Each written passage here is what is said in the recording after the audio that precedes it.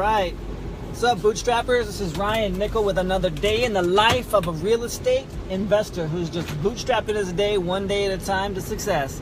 All right, so, man, this was a big deal for me over the weekend. I was fretting on some stuff and just a stupid mind game that I've been playing as far as not wanting to lose or money. Like, I got this dumb idea in my mind that, oh man, I'm going to tell everyone that, I've never lost money on a deal, which I haven't. I've never lost money on a deal. There have been months when I've been negative, but overall, like when it's all said and done, I've never lost money. And it's kind of a pride issue, which is also very stupid because at the same time, I'm letting that story control the narrative as far as, or that's the narrative that's controlling my actions. And it's total just just brainwashed me. And so I got properties that I need to be doing some actions on. I got one property in particular. So back in November, I bought a property subject to it, took it over, and I found another investor who was an out-of-state investor, and he wanted to buy it from me. And I'm like, yeah, sure, no problem. He's like, well, I don't have the full down payment, blah, blah, blah, yada, yada, yada. Long story short is he's only paid me a little bit, and the property is now is in default. And I've known it's been in default for quite some time now, a couple of months now. I didn't know initially that it was, but that he hadn't been paying, but it is. So it is what it is. I got a call from the original borrower. He's trying to buy a car. He's like, hey man, I'm trying to buy a car, and my credit comes up and it tells me that you're $8,000 behind on my mortgage. What the hell?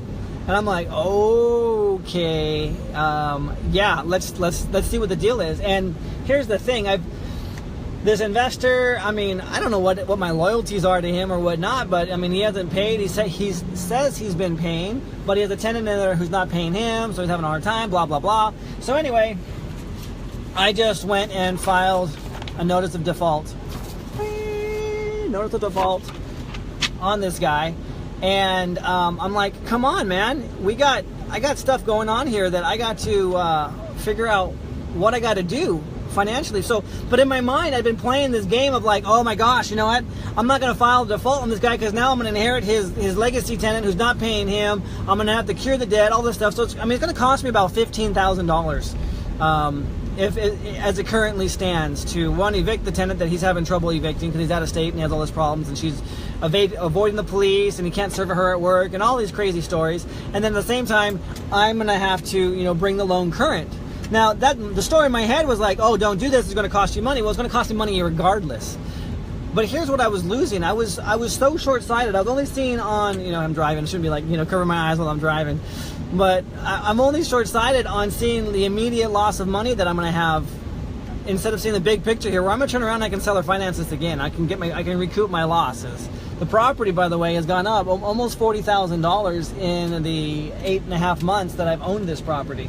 I got it back in October, end of October, beginning of November. So, worst case scenario, I can foreclose on this guy and I can just pop it on the market as is and, make some money because I'm into it for about $170. Well, once I cure the debt, I'm into it for about $175. So, and it's worth about $235, $240 at the moment. So anyway, there's some money that can be made on it. So that's property number one. I got another property where I have the exact same story. I'm playing not to lose. I'm holding on to all my marbles here, trying not to lose any of them. Don't want them to fall out of my hands because once I drop one, it's like, oh crap, I just lost some marbles. Instead of thinking, you know what, I'm going to take this bag of marbles over here that I'm holding with two hands, or this handful of marbles. I'm going to go ahead and pass this handful around, and I'm going to grab 2 sacks full of marbles, one in each hand. And I hadn't been able to see that as the opportunity. And so I have a tenant right now who's just giving me the runaround, like, oh yeah, checks in the mail, blah blah blah, and all this stuff. And all my properties that I have are all that I'm controlling are all rent to own. I've never had to really do a straight up landlord situation like I have on this particular property. So I have a landlord property, and I'm wondering, what do I have to do with this particular property as a landlord? And so I've filed a 3-day pay or quit. I had it delivered to their house. I've had it put on the door, and now I'm doing certified mail to get them to it. But my whole problem with this house is like, oh my gosh, you know what? It's a rental. You're gonna pay $1,500 to get an attorney to evict them. All this stuff. They could be in there for several months. You're paying the mortgages. Blah blah blah. All this is going on, and I'm like, you know what? again, it's me being short-sighted and not seeing, like, you know what, I got the longer vision here of, once I kick them out, I'll turn around and I'll turn this into a true seller financing situation. Whereas before, there was some issue or some cloud on title where I didn't think I could do it, but I figured out that I actually can. But that was after I had already put a renter in there. So really, I mean, I am not money out. I mean, if it costs me $3,000, $4,000, $5,000, I'll turn around and seller finance this thing and get anywhere between $10,000 to $12,000 down on it and cash flow it monthly. So it's definitely a win-win situation. I just had been, like I said, afraid to actually do what I needed to do on the short term in exchange for the long term. So whatever you're doing in your business, if you realize this, that you're afraid to take action because you don't know what the immediate result's going to be, or you're afraid it's going to cost you a little bit of money up front, then unfortunately this is not the right business for you. I mean, this was a reality for me. It's like, this is a business. As an investor, I can't have everything be no money out of pocket. Fortunately, I've been able to get properties at no money down and no money out of pocket. But when things go wrong, you got to be able to put up or shut up. And that's exactly what I'm telling myself, is to put up or shut up, Ryan. Play to win, not to lose.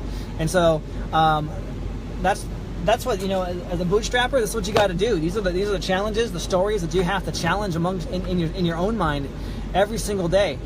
And my gosh, the rewards are phenomenal. So like I said, I'm gonna take this property back. If I foreclose on the dude and it costs me 15 grand to foreclose, great. I'll turn around and I sell it. I have equity in that property. I'll make that money back, not a problem.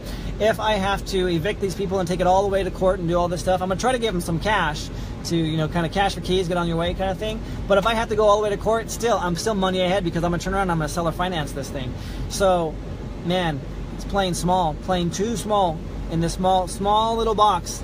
I just had my my horizons expanded, and that's the beautiful thing about this game in real estate.